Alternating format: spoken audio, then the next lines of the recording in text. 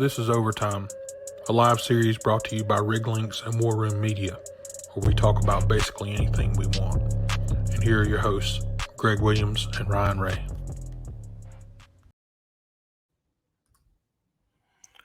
Ryan. What's up, man? It's Christmas Eve, man. Well, okay, so I was going to ask you, you're in an undisclosed location, but is it still Christmas Eve or is it Christmas? I don't know what time it is where all over the worlds are, but theoretically it could be Christmas where you are, so you know, it's hard to tell. No, I'm just a shy ahead of it actually being Christmas Day, but no, it's not Christmas yet. Still Christmas Eve. In fact, I am enjoying my celebratory Jack and Coke at the moment. Well, yeah, no ice either. Straight gangster. No ice. I like that. That is straight gangster. Ice is a commodity in some places of the world, man. Yes, it is. Yes, I do have a story though about ice. Now that you bring it up, it was I was working in Sierra Leone many years ago, and in Freetown, and the hotel we were working in at the time didn't have any sort of thing called ice. And so we bought a ice machine and was having bottled water brought in, put in the ice machine and making ice for the crews whenever they were coming in from the rig, right? But yeah, some people take ice for granted. Oh yeah. It's a commodity, man. Serious commodity in some places. Well, and for the elite like yourself, you know, you can afford that kind of stuff to have it brought in. So that's Bill Gates type stuff. Yeah. Bottled water is Bill Gates type stuff in Sierra Leone for sure. All right, let's do let's get the rundown up here. But I just want to say publicly, I appreciate the fact that you send these notes over and tell me what you want to talk about. I have other co-hosts that won't do that with me, so it's really an honor to work with such a professional like yourself. So thank you. I do understand that how it is to not work with professionals, but obviously I can't speak about the person that you're talking about because I don't know him that well yet, but he will get to know me, and I'll probably say a few things about that later on once we get to know each other. Well, so we'll get started here with a kickoff video. Yeah, I got a little video I want to throw out there. This was not in the rundown that I saw. Which one? The kickoff video, was it in the rundown I saw? I don't. It wasn't. Okay. Yeah, I'm a little nervous. And hello to everyone from Algeria and Argentina and Oman. So absolutely. So we'll go through the oil prices. We'll talk about a little bit about Diamondback and their little acquisition. That Moby Dick Arbitration. National Oil Well, Varco is dropping the oil. There's a Hippo for Christmas, right? We'll also talk about that Dana White video, man. That's it was a killer video. Man, made my heart warm. Me too. In fact, this kickoff video is going to be in Dana White style. So yeah, Dallas didn't make anything into the Pro Bowl this year, man. It's amazing. Well, it's not amazing for people that know Dallas, but so Jerry Rice slings some fire back at Randy and T.O. In the Mandalorian finale. I saw some stuff about that a couple of days ago you were chatting about, so I'll save my comments for that point, and we will do a surprise slideshow at the end. There we go. It's going to be it will be in the Mandalorian style, but we'll save it for the end. All right, I'm ready. All right, let's do this video. Here we go. 2020 was turning out to be a more optimistic year for the oil and gas industry, but soon that changed. And now the year has been defined by global pandemic. Bankruptcies, layoffs, mergers, acquisitions, airports shutting down, all international travel coming to a screeching halt, people stranded all over the world. The duration of time for an international worker increased from 1 month to 9 months in some places, all alone without a way to get home. The list just goes on and on. The impact of the pandemic has been a massive blow to the industry. While people were confined to their homes during the lockdown across the world, the media was able to up their game on anti-oil and gas rhetoric. Lynx was here, pushing out content, publishing articles, and showing the world that that the need for oil and gas will never go away, but it will reshape the future that we can all be proud of and have been proud of for many years. RigLink's intention is to never stop fighting for the hardworking men and women of the industry. The media paint us to be evil, although every single day they enjoy the products that are created from the hard work you consistently deliver. RigLinks took media to an entire new level this year. Our personal social media accounts have been banned in some places because of how hard we push positive media for the industry. Who are these people that ban your accounts and are anti-oil and gas? They're driving cars next to you each day on the freeways and in major highways and major cities. They're sitting next to you on trains and planes that travel all over the world, both fueled by the industry you're supporting. They're sitting next to you in restaurants and walking beside you in shopping malls, all cooled and heated by the very work that you do each day. Who are these people and what have they done for you or your family? Instead of understanding and working together, they would rather attack all this time while enjoying the products that the industry provides. For a very long time, supporters of the industry wore suits and ties and stood in groups in Washington and in other parts of the world supporting what we do under the cloud of large corporations. Corporations that are in business to make money. But isn't every business in business to make money? When these companies go out of business, this not only hurts the industry, but it also hurts thousands of people that are now forced to find work somewhere else with a very different skill set. Some can do this, but most can't. It's not simple exchange of workforce from one place to the next. It was time for a change. So companies like RigLinks, Oil Country Media, War Room Media, and many others are out here to show the world that the media anti-oil and gas rhetoric is wrong. Each of us have a part to play in this. We need to work together for the future. Will you let 161 years of development, science, engineering, architecture, training, research, and technology all be taken away by the same people who enjoy what you do every day? The people of the industry are no longer standing in the shadows, letting the media determine the course of their future. RigLinks is not afraid of the media. We embrace the opportunity to share what the industry does and will continue to do for the entire world. That is exactly what we did this year.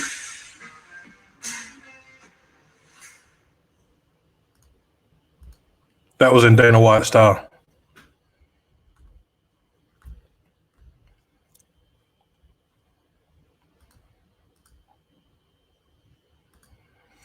All right. I'm muted there. Good job, man. That's a great video.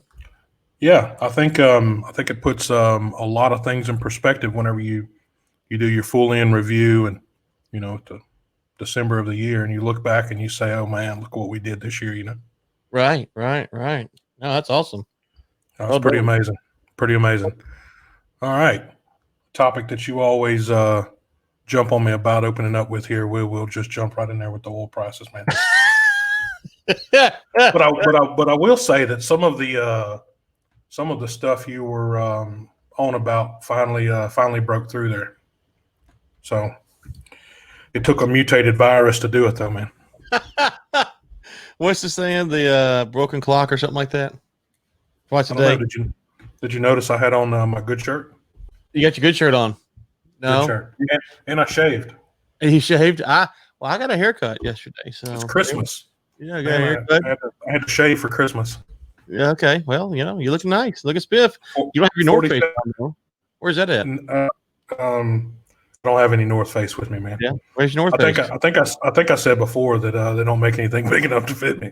But so is that Brent that we're looking at there? Yeah, let me swap over there. Yeah, no, that's WTI. Yeah. So 47.84, Ryan. What are you thinking? I mean, same thing I thought last week. It's too high. It's like you got the rent's too damn high, you got the oil price too damn high. It's one of those deals. It's like, So in all seriousness, here I would say this. I talked about this on Energy Week, some with Ellen Wald this week. Let's just put the price of oil on the side for right now. Okay. Let me just tell you this story. We just passed $600 direct payment stimulus check for Americans. Okay. And they're talking about passing another one, but for now, This was back on Monday. Hey, $600 for every American. Yay. Biden administration has come out and said that we want to do another round of stimulus in Q1, his first 100 days. How on earth are we talking about a healthy economy when you have to have 2 stimulus packages within 4 to 5 months? Okay, and so the relative price of oil or any stocks have to be overinflated, because if the government is saying that we need to print more money and give it to people so that they can live, then everything's overinflated. I say That's right. Everything. So I agree. 100%. now that doesn't mean that they might be able to keep the stock market or the price up because they do this. It just means that it's not really where it should be, and we're setting ourselves up for a problem later on down the road. So yeah, that's my thoughts. I don't know, man. Real quick, we got folks in from all over the world today. We got Nigeria, India, Syria, Congo. So anyway, sorry, I don't know if you saw that. No, happy Christmas Eve to everybody that's out there from Nigeria and worldwide there, Congo, and yeah, I see that. Gillis in there. He's I'm sure he's back in France, but no, I apologize there. We're not going to cover the Chapter 11 for Pacific, but I understand they will be coming clean there at the end of the year. They're voluntary Chapter 11, by the way. So yeah, they went into restructuring there before they got the bottom snatched out from underneath them. So they'll probably come out on the end. I mean, their whole fleet is less than 10 years old. So they get rid of their debt and come out there. They'll be able to play in that 100 to 150, 200 range and get them some jobs for those ships. So that's good. That's my comments on Pacific. But anyway, yeah. But the Brent's holding in there, man. Still a little over 50. Yeah, no, I mean the price is up, so we'll see. We'll see. But there is a possibility, Greg, with the lack of production that's going on, that you could see it stay artificially, from my perspective, a little bit high, and then eventually the supply and demand rebalances. And so, can they kind of kick the thing down the road that far? I don't know, but is it dynamic enough to change it on a daily basis? I mean, not with the. Again, my concern is really, it's always about people. Okay, it's always about people, and so people like me and you, just average folks, we have very little control or say in the world, and so you're average. I'm not average. I'm below average. You're right. Thank you. You're above average, right? And so, but you sit there and you go, okay, well, if you're a small business right now and you're planning, oil and gas, oil field service work for 2021, you look at the price, you go, man, good price. The stock's up. I'm gonna go invest in a bunch of money in salespeople, technology, whatever, and then in 3 months the price crashes.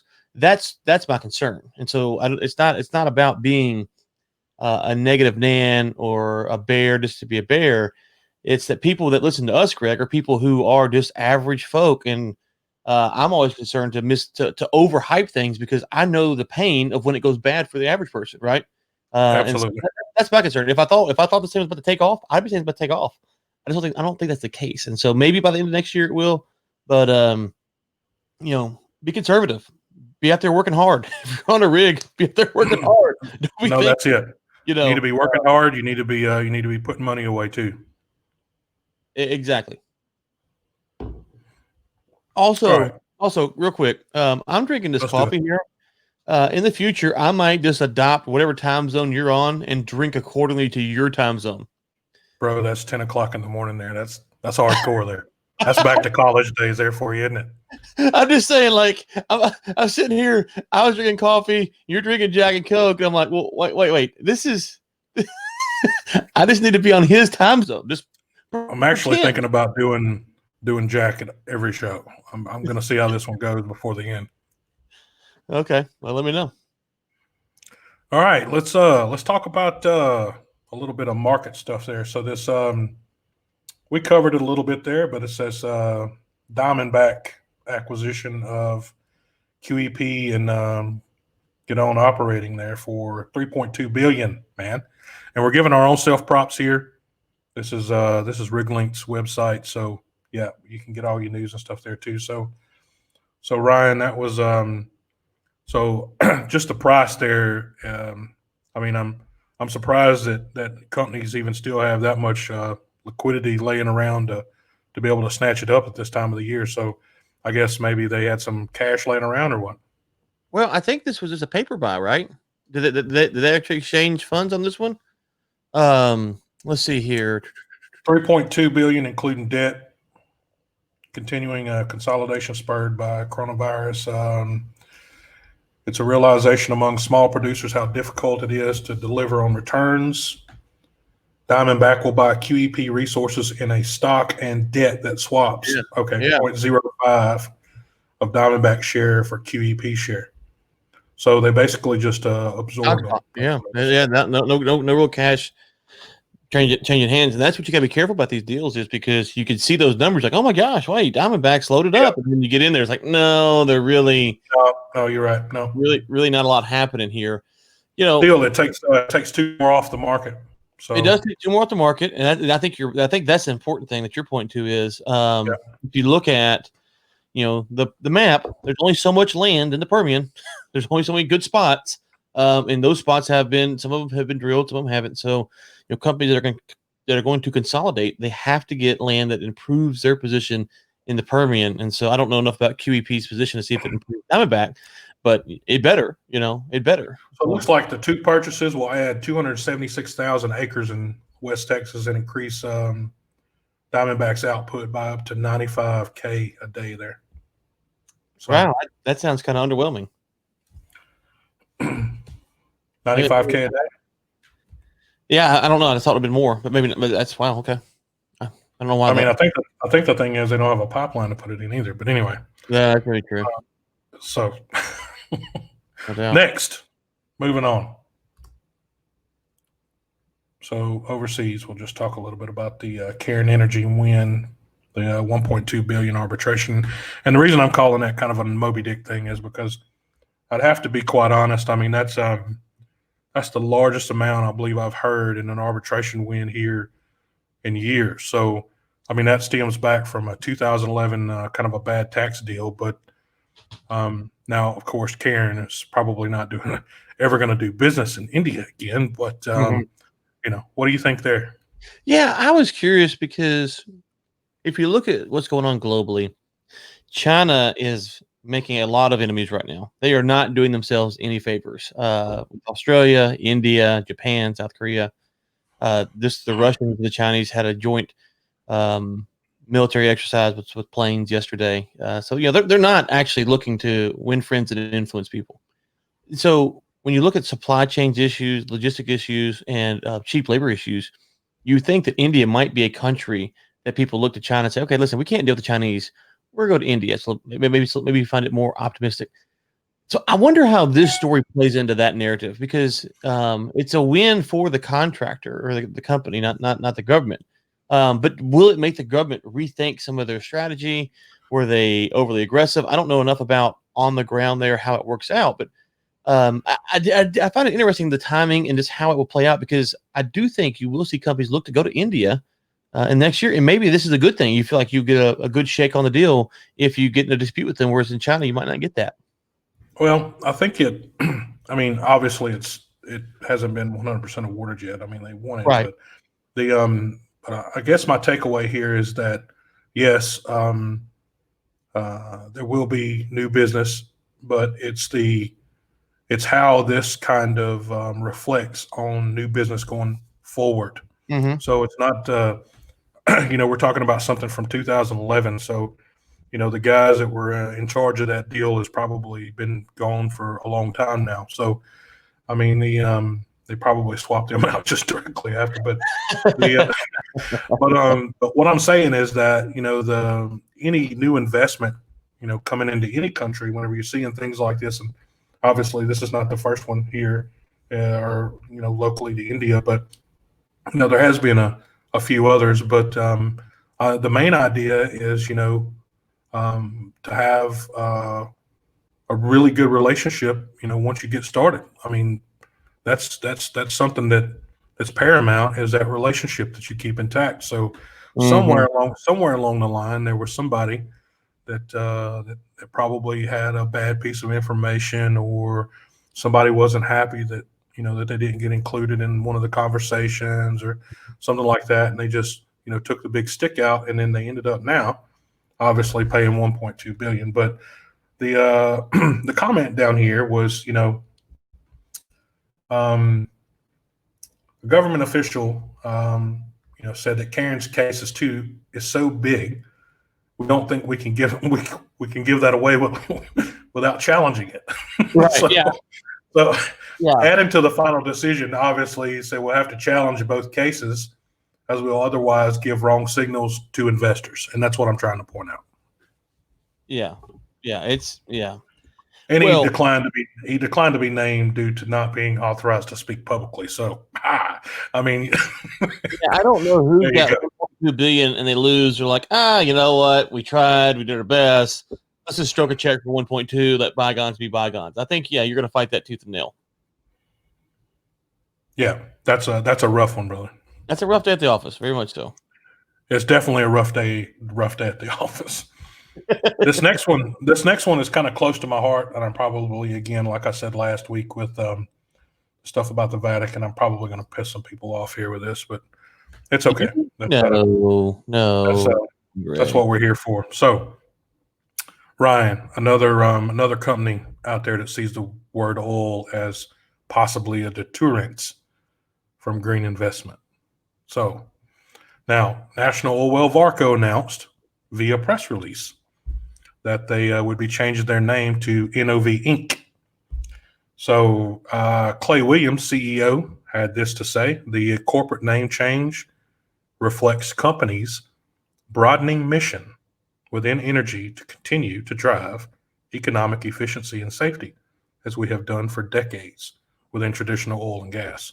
So, real quick, number one, what in the hell does your name change have to do with safety, Clay? I'm going to ask you that. You can answer me back in comments. You can leave it on LinkedIn. I'm just curious what your name change has to do with safety. So give me that respect and just reply back. Okay. Number two, the name change reflects the company's broadening mission. Okay, I do get it. But you mean I'm going to make a sentence change here. So hold up just a second. I'm going to substitute some words, maybe one or two, for your sentence. So actually, the name change reflects the stockholders' devalued shares. So you're looking for business elsewhere. So I think that's what you're trying to get to there. But what's your thoughts, Ron? I'm torn on this one. So, if you are a company, and I don't know enough about NOV's business to say, but if you're an oil field service company right now, it's not the stupidest thing in the world to say we got to get into other industries so that we can stay alive, right? So we got to diversify. I'm sympathetic to that argument, and if that's really all there is to it, calling yourself oil field or oil well in this case, or oil anything, and you're trying to put up solar panels or hydro or geothermal, I'm sympathetic to that. So on some level, I'm that, but I'm suspicious that it's more to it than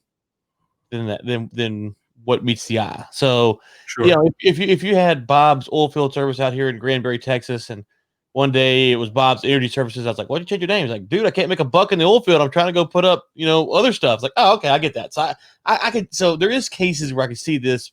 You're like, "Okay, you're just trying to survive." I get it. Here, I'm suspicious that there's probably a lot more posturing than there is really firm held belief. Ryan, would you have said, just going to ask you, the company's broadening mission within energy to continue to drive economic efficiency and safety? Yeah, I have no idea what that means. I mean, economic efficiency, I get kind of, but I don't know what that does with your name and then safety. I'm not that's a poorly worded sentence. Well, it makes the sticker shorter. So no, I do agree with you. This is posturing. It seems it's not really nothing to do with. But look, I get it. I mean, but I remember these guys. Back whenever I was breaking out, whenever they just National Oil. Then I remember, of course, the equipment manufacturer National, and then the parts and service supplier, or the equipment supplier, not equipment, but surplus supplier, oil well. So before they merged together. But you had your salesman and your typical old clean, and I mean clean, shiny like a brand new nickel F-150 back in the day that had everything in the back of the truck from, diddly do to who do you knew and rope, soap, and dope. So I mean, this guy had every single thing. So I mean, and sometimes he would, cook for the crew. He would show up, he'd throw the barbecue out there for the guys. And I mean, but this was the national oil well that I remember. Now Varco was a huge offshore and equipment manufacturer, as well as, they were doing early innovation with mechanized equipment and things like this. So Varco brought a whole nother kind of realm to the world whenever they started up. But whenever they merged, I mean, we used to call them no other vendor, because there was absolutely no other vendor at that time. When Maritime Hydraulics went out of business, there was no other vendor offshore that could do the work that, Varco or NOV was doing, right? But I mean, they're not the first company to do it, man. I mean, Statoil did it too. Right. So I mean, I mean, but, DOG. Yeah, for sure. For sure. I mean, but I mean, honestly, I'd like to say, I wish them good luck on whatever their endeavors are. I mean, but I hope smaller companies like Henderson, and other places out there that are doing rig equipment, they can jump in there and can grab up some of those smaller contracts. Well, yeah, yes, that's a free plug for Henderson. If anyone's listening for Henderson, tell Dan to come in and give us a sponsor. We would be all over that. So, real quick, I think you're on something, though, Greg. Is that so? Let's just say big company, small company. Big company, NOV. They don't have a hard time marketing in the oil field world. Everyone knows who they are. Definitely. To the green folks, whatever, that's fine. If you are a small oil field service company and you're doing okay, I would double and triple down on the oil and gas name, right? So if you're not struggling, if you don't need to diversify, or you don't want to diversify, I would double, triple down on oil and gas name, because you're going to get people in the industry who goes, these are my people. These are the people who are proud to be oil and gas. Oil and gas is a very proud industry. A lot of pride taken in by the workers, especially on the ground. So if you don't need to diversify into other sectors, double down on the oil and gas name, and you will probably have some marketing and just sentimental competitive advantages over companies who want to move into other markets and just ride that coattail. Yep. I mean, like I said, I hope like small companies like Henderson and some of these other guys get in there and get it. But I mean, again, be like North Face, wouldn't buy anything else from you guys, but. See here, it's like the same issue, but it's easy that they can leverage the market because of what they do, because they're so big, and there's hundreds of offshore rigs that have NOV equipment or Varco or National Oil Well equipment. So they are the ones that provide that equipment and that service. So yeah, that's it. So I mean, it's to be quite honest, it's a piece of history that's changing. And we do get sentimental in this industry very easy. And so to see the actual National Oil Well Varco name gone is a big thing, Right. So, all right, moving on. We have to move out of the oil field business. We're getting a bit sentimental. It's Christmas, man.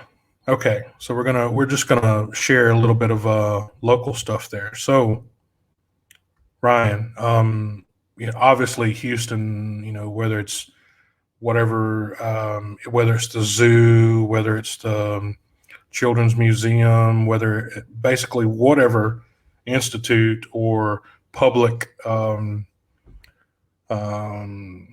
venue that's set up in Houston has got a ton of oil and gas supporters. So before I even bring this one topic up on this show, I want everybody to know that, anything in Houston is basically built by oil and gas. So whenever I do bring it up, it is still something related to the show. But there's a hippo for Christmas in the Houston Zoo. a hippo. It's a pig. Now it's a pygmy hippo. Now, so it's a 450-pound pygmy hippo. Look Now how shiny that thing is. you know the song about this, right? I do not know the song about this. You've never heard "I Want a Hippopotamus for Christmas"? Are you going to sing it? Heavens no, we will lose every viewer we have, and they will never return. But there is a song. I kid you not. Drop a link in the comments to the song, man. Yeah, I will. Right now. Oh, well, if you cannot find it, I got it on my playlist. What are you talking about? So yeah, so You don't know that is seriously, man, dude. What planet do you live on? I mean, I'm the closest I ever got. I think I just dated a hippo in high school, but I mean, it was. I mean, no, I've never heard a hippo for Christmas, my man. Nope. I want a hippopotamus for Christmas. Yeah, it's in the link. It's in the comments right there, so folks can go check it out. I want a hippopotamus for Christmas. Oh man, I didn't. When you sent that over, I thought that's what you want to talk about. Like, hey, we got the song. Now there's a hippo. I thought you were going to tie it all together, but you've never heard the song. I've never heard the song, but the link is up for the Houston Zoo's new pygmy hippopotamus. That's a 2-year-old hippo. Was moved from Omaha, Nebraska. A hippo in Nebraska. I bet he was freezing his ass off. So moved him to Houston. Moved him to Houston in September, but his name is Silas. So he's been spending the last few months getting familiar with his new home there. Wow. Well, but I did watch the video. I can't play it here because I'll get copyright infringement. But anyway, check out the video on Houston Zoo's live section in their Facebook page. So yeah, real quick, have you ever watched those videos of the eagle's nest, the bald eagles? I think maybe whenever I was a child, I probably saw that. You were turning into Ben Samuels 2.0. I swear. You've never watched? Okay, folks in the comments, I can't take it. Can't take it. I feel like I'm in a freaking fourth dimension over here by myself. I talk to you some days. You hadn't seen Clone Wars. You don't know about the Hippopotamus for Christmas song, and now you've never watched the Bald Eagle's Nest. Never. I'm from Louisiana. We didn't even have TV till I was like 14. I hate you so much. He's corrupted you. Never mind then. Continue on. I had a story, but I'm not going to take this abuse anymore. Keep going. It's share your bald eagle story, Ryan. Do it. Do it. I was just going to comment because I thought you were a normal human that I enjoy from time to time turning on and watching the bald eagles, in their nest. And so, but obviously, oh, never mind. I will go find it. There's a bunch of them, and you can just watch them. They'll have like little babies. I hadn't watched it in probably, I don't know. I hadn't watched it this year. Oh, shut up. There's been no bald eagles to watch this year. God, I hate you so bad. You and Ben Samuels. What have I done to myself? That's great. Where did I go wrong? You've never seen the bald eagle camera live? Like, seriously? No, man. Like, here's maybe whenever it was in the ocean. I've never seen this. Maybe it was back in the day. Maybe when it was still Mutual of Omaha's show before everything went over to Disney. But or Discovery Channel. I mean, when it was still what's his name? Who used to do Mutual of Omaha? You probably don't know this one because you're gonna have to go. I don't know anything about bald eagle. Huh? No idea. No, I have to look that up. We'll just do a whole show on zoos next time. Let's see how this is going to go. I'm going to put this in here, and I know the nest is empty. I do not want you when the nest is empty. Okay, okay, I get it. So you're talking about a live video? Yes. You sat and watched a whole live video of an empty nest of. Well, not for like hours on end.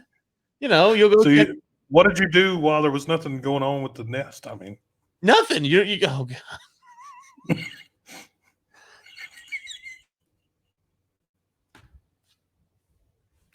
I need a Jack and Coke. That's great.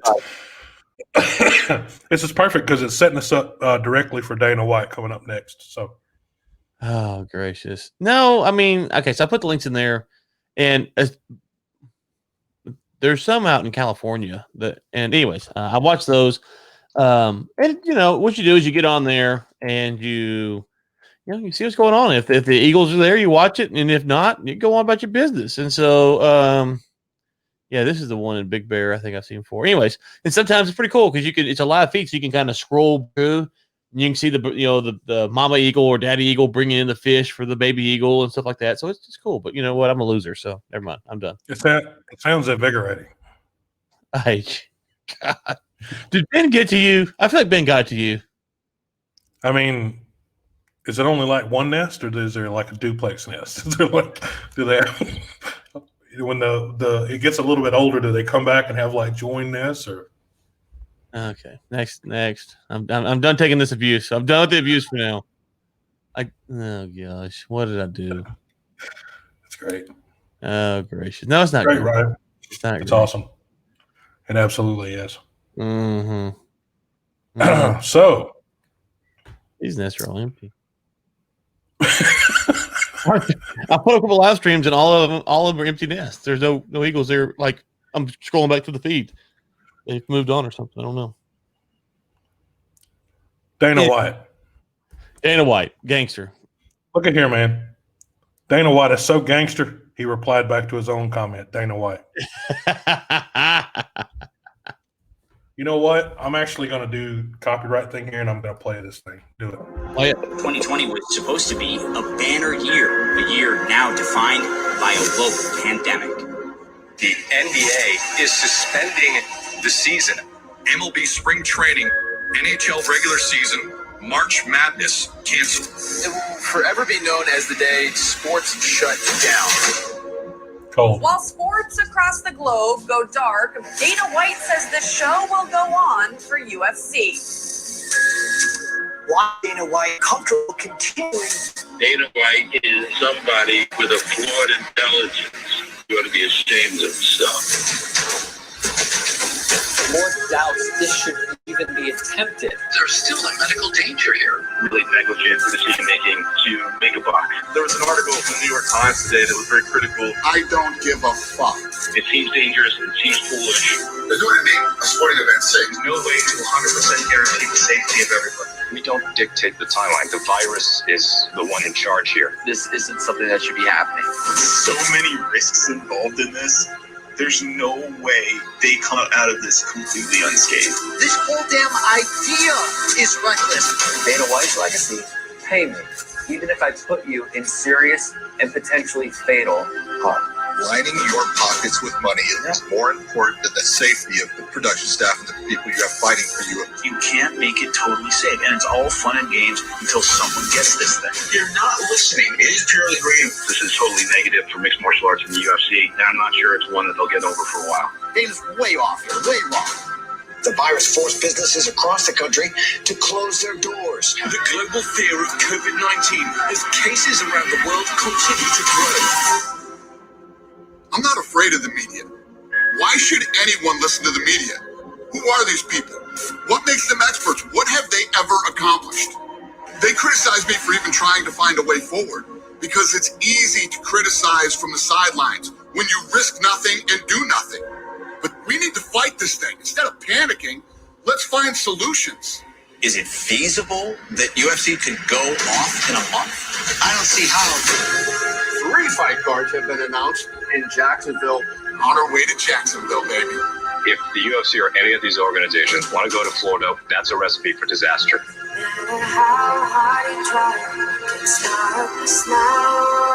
I've also secured an island. We're going to do all of our international flights on this island.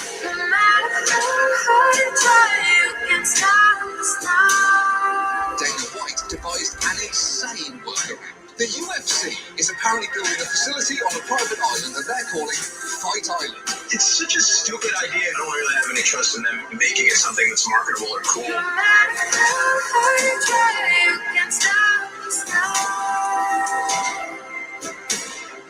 We're going to do everything above and beyond to make sure that everybody is safe. He's saying his fighters will be taken care of. However, White does not care if there are sacrificial lambs for the betterment of business. The media said I was risking people's health to line my own kids. I didn't do this so I could make more money. I have plenty of money. I did this so my fighters could make money and my employees could continue to make a living and feed their families. You can see that no expenses spared as far as making sure that we're safe. Will you be willing to pay pay-per-view money for something that shouldn't even happen?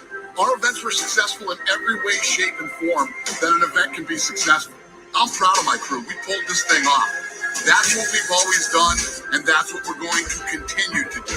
Even if you believe they're taking all the precautions, it's still a very high-risk scenario. There's just no way to completely eliminate the risk that someone could get sick. The media are not in the news business. They're in the clickbait business. They think negativity sells and gets clicks. So that's what they deliver.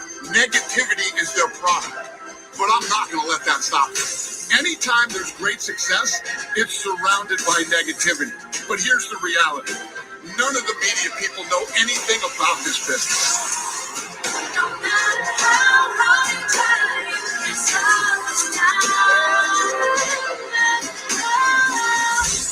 A lot of people did not want this to happen. But what we're really good at is proving people wrong. That is what we do at the UFC.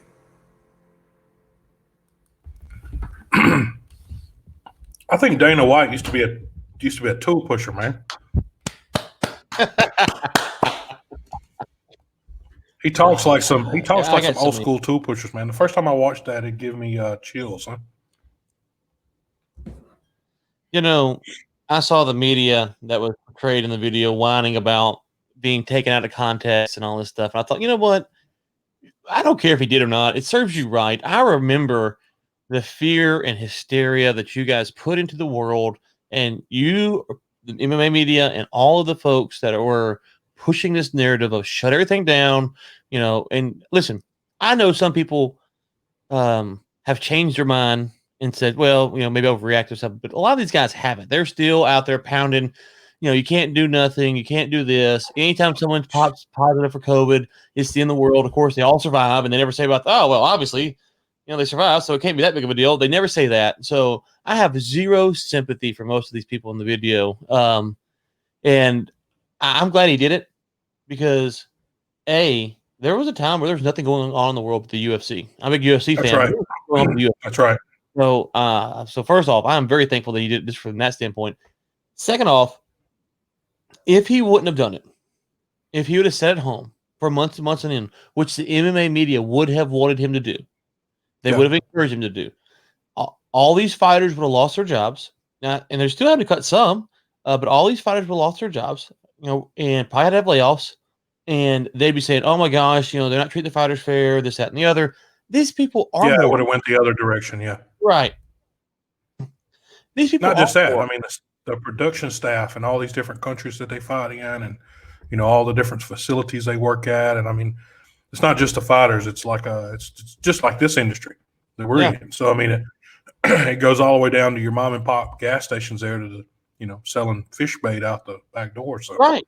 Well, and you know, and real quick, you know, we've lost due to the pandemic. We've lost this mindset that if you need to feed your family, go feed your family.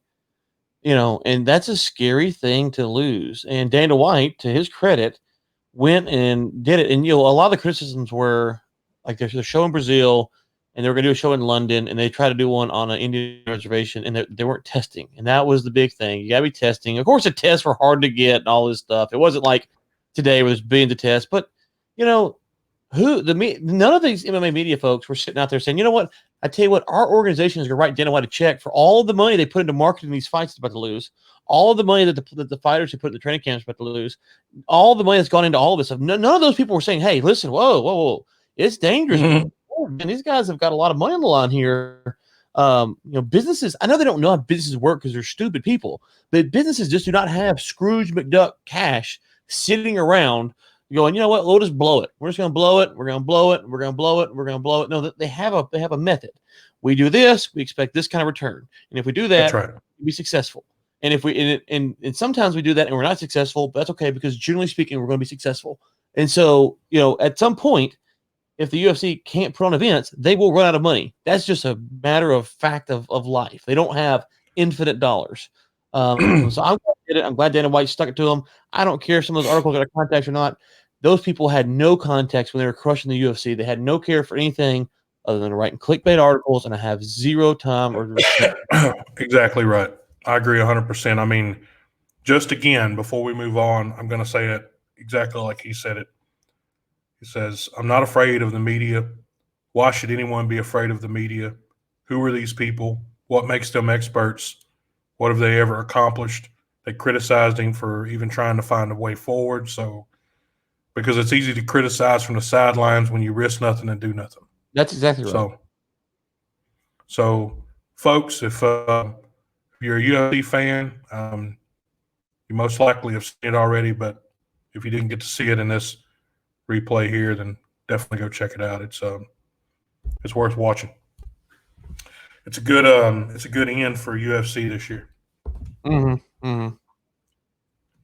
All right, moving on. A little bit of football there, Ryan. You ready? I'm ready. Dude. Now, this makes my heart glad. The roster was released this past Monday, right? So, and did you know that there was not one single Dallas player on it? I did not until you brought this up, and not one single player. And you know how many years it's been since they've not had one on the Pro Bowl? 31 years, right in front of me. So, to be fair to the Cowboys, which who I hate, despise with all my life, if Dak Prescott doesn't get hurt, he probably makes the Pro Bowl because he was having a very, very good year to start off. But that is sad that you only got one guy for the Cowboys, America's team, and you can't get one guy on the Pro Bowl. Are you a Cowboys fan, Greg? No, sir. Okay. So I love this story. This is the kind of stories we need more often. Uplift, cheerful stories like this. Yeah. So I did get a kick out of it for sure because I know how many people out there are Cowboys fans. So this is I'm a Saints fan. So I grew up when the Saints were in the good. Well, the Dome Patrol was right, but the earliest memories I can remember a little bit of kind of that talk. But most of my childhood was Cowboys winning Super Bowls, especially early grades. Saints were terrible, and so most of my friends are Cowboys fans all the time. So that was forever. No love for the Cowboys. We grew up the same way, and it was Troy Aikman in your face, 24/7. There was nothing else on the media where we were from except Troy Aikman. It was just it was bad. This one actually, the next one here is making me smile though too. So, Wednesday of last week, Randy Moss was on Terrell Owens' podcast called "Get Your Popcorn Ready," and I didn't even know T.O. had a podcast until I didn't either the other day.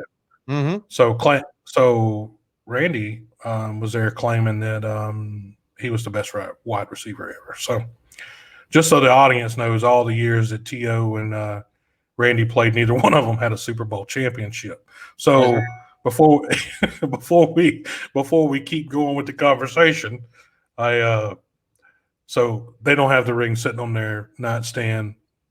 Jerry had a few of those. So Jerry had some comments on his own to pass over to Mr. Randy Moss here. So, did you see this one?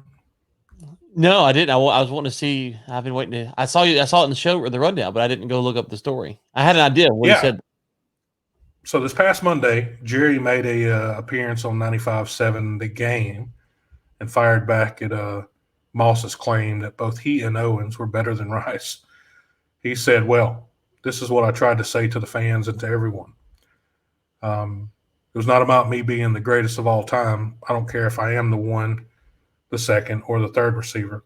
It was all about me winning Super Bowls for the city of San Francisco, my teammates, and my family. I was able to win 3 Super Bowls. I was MVP, and I pretty much hold every record now." And he continues to say it's, political or whatever. If Randy wants to be number 1, that's fine. There's so many greatest of all times. If T.O. wants to be number 2, that's fine. But my main thing is it was all about the rings, the championship. That's why we play the game. So hats off to Jerry. So you think Jerry's the GOAT? Well, I think Jerry is a gentleman on the field and off. He always has been. So, if there's a guy that's going to show up in a suit and tie, properly dressed, and going to have the right thing to say, it's going to be Jerry Rice. So, I'm not saying he was the greatest of all time. I mean, I think T.O., I think he was he played through his last year was a pretty rough year. Mm-hmm. And I think he got injured a couple of times, and I think he played through 7 games with a messed up ankle or so. He was in a bind there. But I do have to say that same as you, growing up with the Saints and the Cowboys, but Joe Montana and the 49ers and Jerry Rice was always on the TV. Yeah, they were always on the TV too. So they weren't any better. They weren't any better. They were 1B. Okay. So. Yeah. So I have no love for any of that. I like that all 3 of them are squabbling and all 3 of them are Hall of Famers too. It's like you're already in the Hall of Fame. So I mean, what are you fighting about? Well, and the other thing what makes it worse is that Randy Moss was on the Vikings, and those Viking teams with Dante Culpepper, they would pound the Saints. Oh, they drummed the Saints several times. We had Aaron Brooks. Oh man, they drummed us several times up there in the old dome, the old Metro Dome. Oh, it was brutal. Yes. So a lot of scar tissue for those when you bring up those 3 names for Saints fans. LinkedIn user. Merry Christmas, guys. Merry Christmas, Kristen. You're the only one that has LinkedIn user. Yeah. So. Can we talk about that for a second?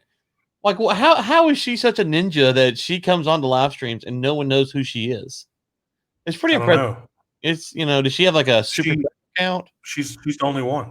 She's the only one. Like it's next level stuff. Did you call it a super admin account?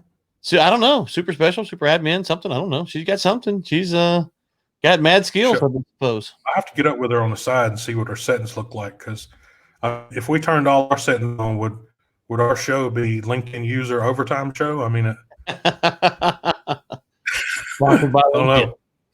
Yeah, by LinkedIn. But Merry Christmas, Kristen. Thanks for coming along and checking the show out. Yeah, Merry Christmas, Kristen. Good to see. All right.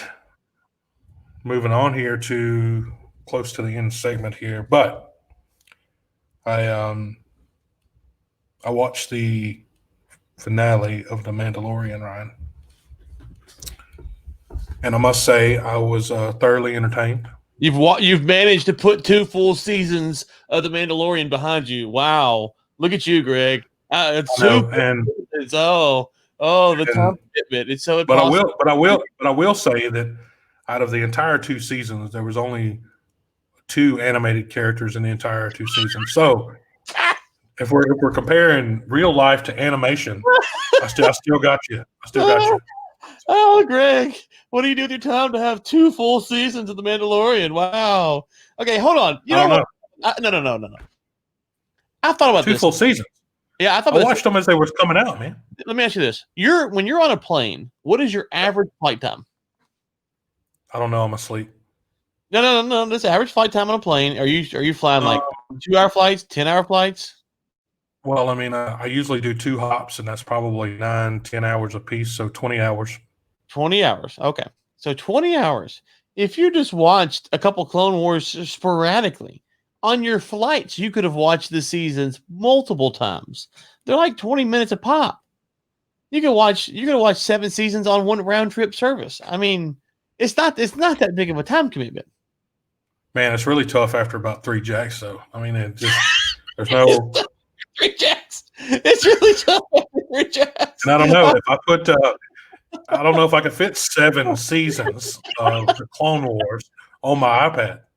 The first time I flew, not the first time I flew international. The first time I flew like cross Atlantic, across ocean international. So I've been to Central America, but I went to Africa, and they come by with the little cart with all the little miniatures, and they go, "What do you want to drink?" I said, "Well, how much is the alcohol?" They said, "It's free." I said, "Whoa, free? Like how many?" She said, "How many you want?" I said, "Let's go." Please. And she's like, "Well, I'm only supposed to give you 1 at a time." I said, "I won't tell." She goes, "Okay." So I got my 2 and I poured it, and they came by like 10 minutes later. And I got 2 more. 4 of them things on an empty stomach. You take off with it. It'll put you on down. It will. It'll put It you in a will. spot. And I mean, I took the a Cathay Pacific flight out of LA to, I think it was Tokyo, and I think that was 13 hours, 14 hours. It's still been the longest flight that I took. And I went to sleep, woke up, drank, got drunk, went to sleep, woke up, drank, got drunk, went to sleep, woke up. I mean, multiple times throughout that entire flight. But I mean, yeah. Flight? Huh? 13 is your longest? Really? I think it was 14. 14. But it was, wow. Yeah. Okay. That's pretty long. You got me beat? Yeah, Atlanta to Johannesburg. It's like 16 hours, 17 hours. Oh yeah. I've never made the run to Johannesburg. I always went to Paris and then came down. So yeah, don't do it. It's brutal. It's brutal. There's absolutely no reason to do it there. I think they're out of water. Or I mean, maybe they got water back now, but back last year they didn't even have any water. So much less ice. Yeah. All right. So let's talk about the Mandalorian season finale. Right. Glad you could squeeze that in for episode 8, chapter 16. Just if anybody wants to know, this is going to be a spoiler alert. Spoiler alert. Spoiler alert is coming up. So if you don't want to watch the last part of the show, then please go watch the last episode of Mandalorian season 2. So there was a 2-minute post-credit scene, right? What do you think about the 2-minute post-credit scene? You know, I'm curious where they're going to go with that. I'm torn. I'm excited, but I'm nervous because Boba took over Jabba the Hutt's palace.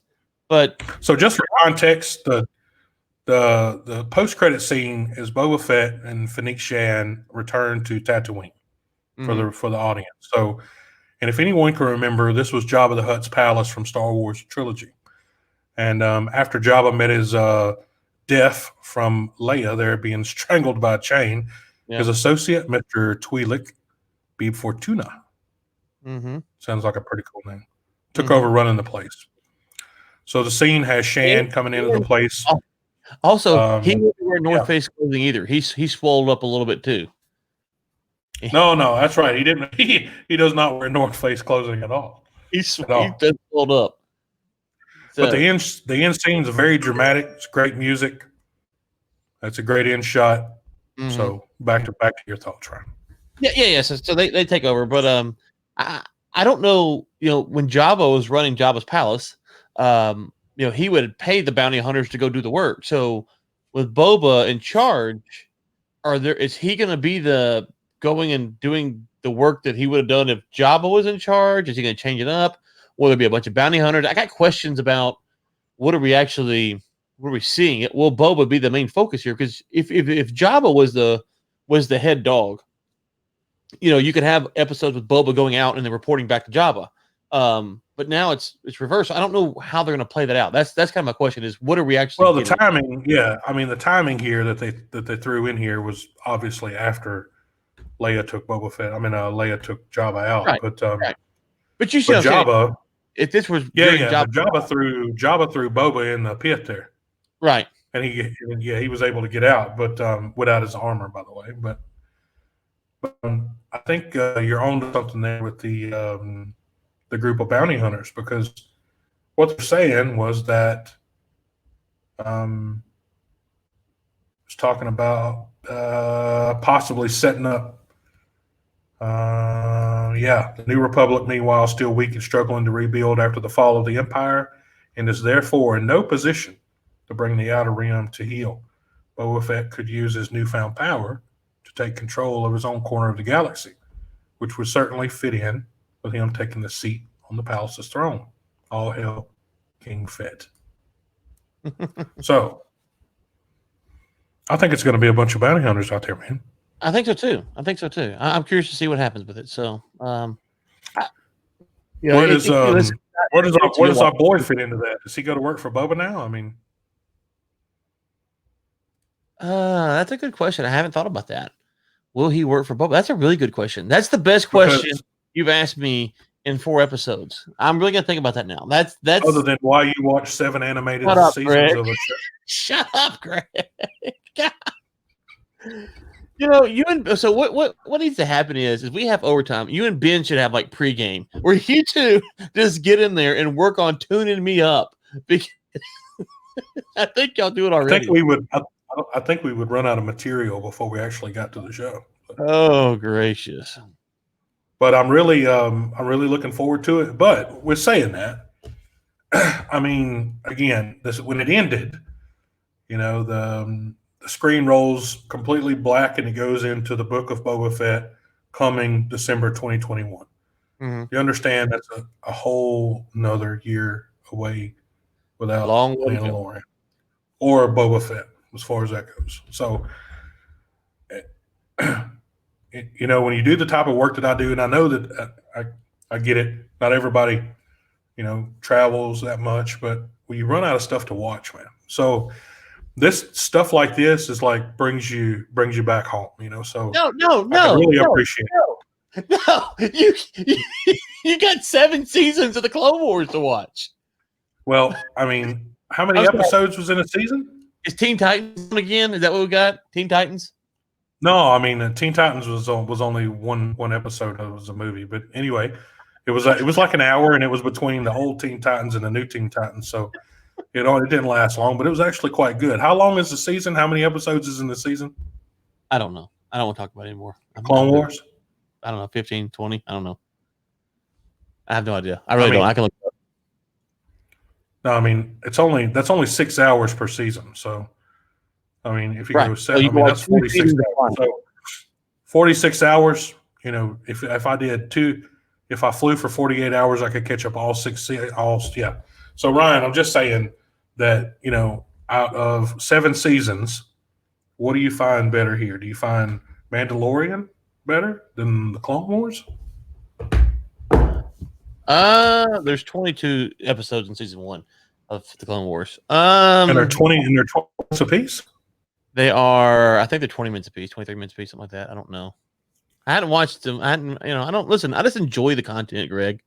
I just enjoy it. I don't just sit here and make fun of people for enjoying stuff. I haven't laughed in the last 5 or 10 seconds. They're about 22 minutes according to IMDb. The Clone Wars series is my favorite Star Wars thing there is. There are some really bad episodes, but it's my favorite stuff. I think Mandalorian is 16 episodes. I'm gonna have to quote you, and you're gonna say they're kind of for kids. The whole George Lucas said the whole Star Wars is for kids. That's his whole. But anyways, there are some for kids. There definitely are C-3PO side missions. If you're like, shoot me now. I think Mandalorian. What? Huh? There's some C-3PO side missions. Yeah, there's like a 2-3 part series where C-3PO and R2-D2 go and look for something. It's like, oh, okay, this is not good. But there's some really good ones. No, I love the Clone Wars. I don't care what you say. I'm looking forward to the Bad Batch too.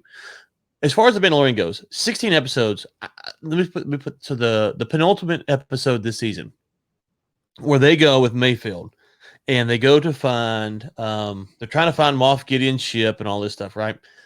That episode is good. It's fine. It has really no place in the show though. Like it maybe it should be in the second or third episode of the season.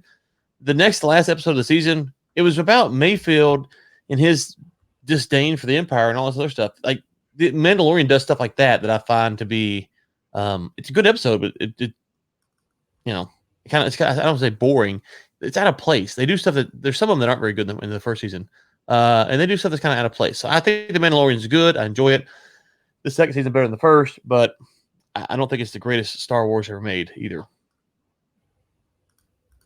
No, I mean it was. There's some good things and some bad things in there about it, but I mean, at the end of the day, it's not 7 seasons of an animated series. Never gonna live it down. Never. All right. Live it down. We are going to have a little slideshow here to end off. Oh, good Lord. Here comes Ben Samuels. Here he goes. To end off the season of Mandalorian. Look at the comments, Greg, so you know. Hey. Yep. Yeah, there he is. He comes. Like, did you text him? Like, hey, now's the time. Pop in. Oh, gosh. Unfortunately, there was no text, but I can I hear what you're saying. Being 7 seasons, my friend. Cartoons. But we are going to move on here. So, Boba Fett, gone till December 2021. We are going to share his vacation photos. Here we go. He is now. I'm sorry, Mr. Surrender. You have an arbitration matter? Probably not on this call. Send me an inbox. Thank you. So here is Boba taking care of his plane tickets. He's gonna have a hard time getting to TSA. I'm just saying. He is definitely. He stopped and not gonna be approved. Took care of this accordion for this newlywed couple here. So, yeah, he also got him a tan. He took a little bit of cruise on a cruise ship. And he also took a little wild excavation here. I think that's a yak. I'm about to say, what is that? That's a yak? I think that's a yak. Boba's got now, a for good anyone just tuning in, this is Boba. Boba's back. So he must have given this fella here this Jeep hoodie. I mean, this Jeep hat that he's wearing here. But yeah, so this is Boba on vacation. Here we go.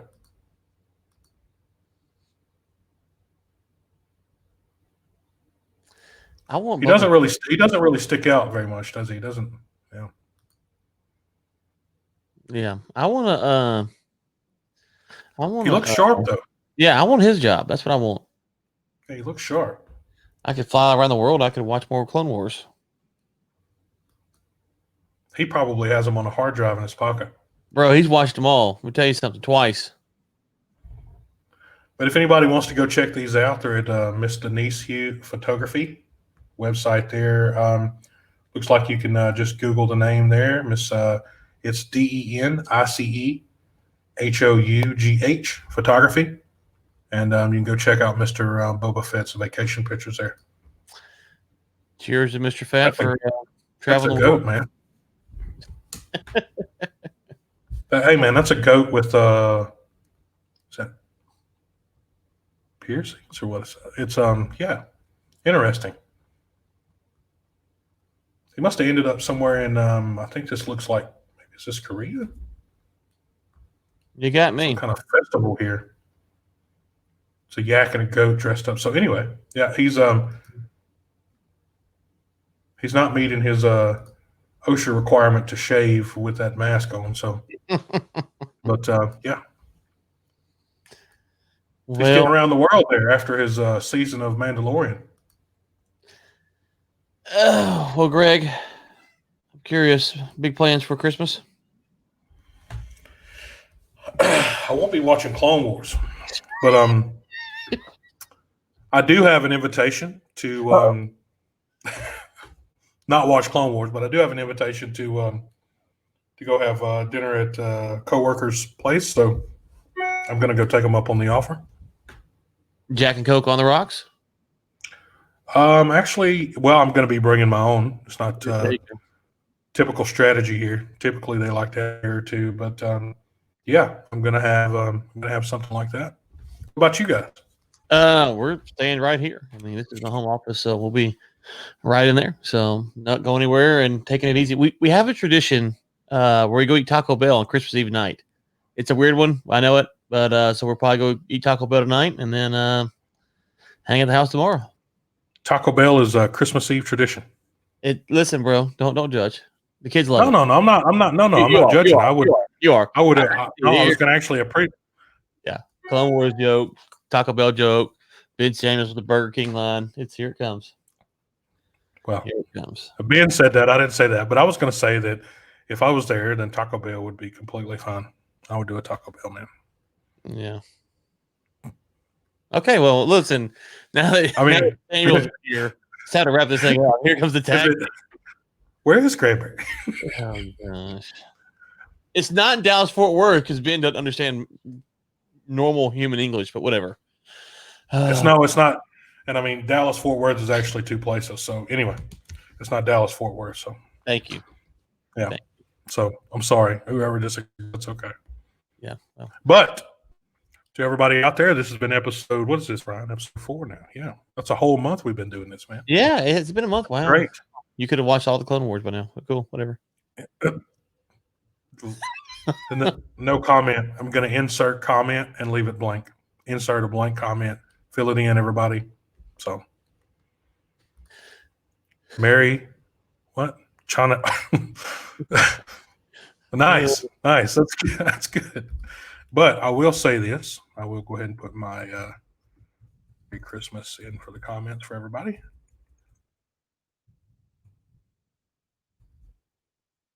Oh. All right, everybody. That's Merry Christmas from myself here with Rig Lynx. So, Ryan, you going to say Merry Christmas? Merry Christmas. Be back next New Year's Eve, right?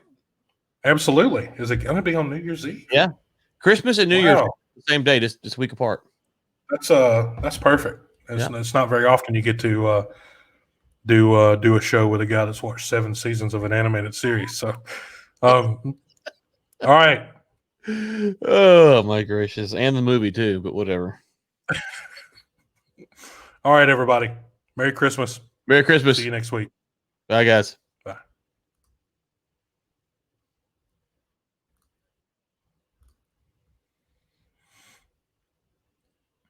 You've been watching Overtime, a live series brought to you by Rig Lynx and War Room Media. Your hosts have been Greg Williams and Ryan Ray. For sponsorship opportunities, send us an email at info@riglynx.com. Tune in next Thursday at 10 a.m. CST for another live episode.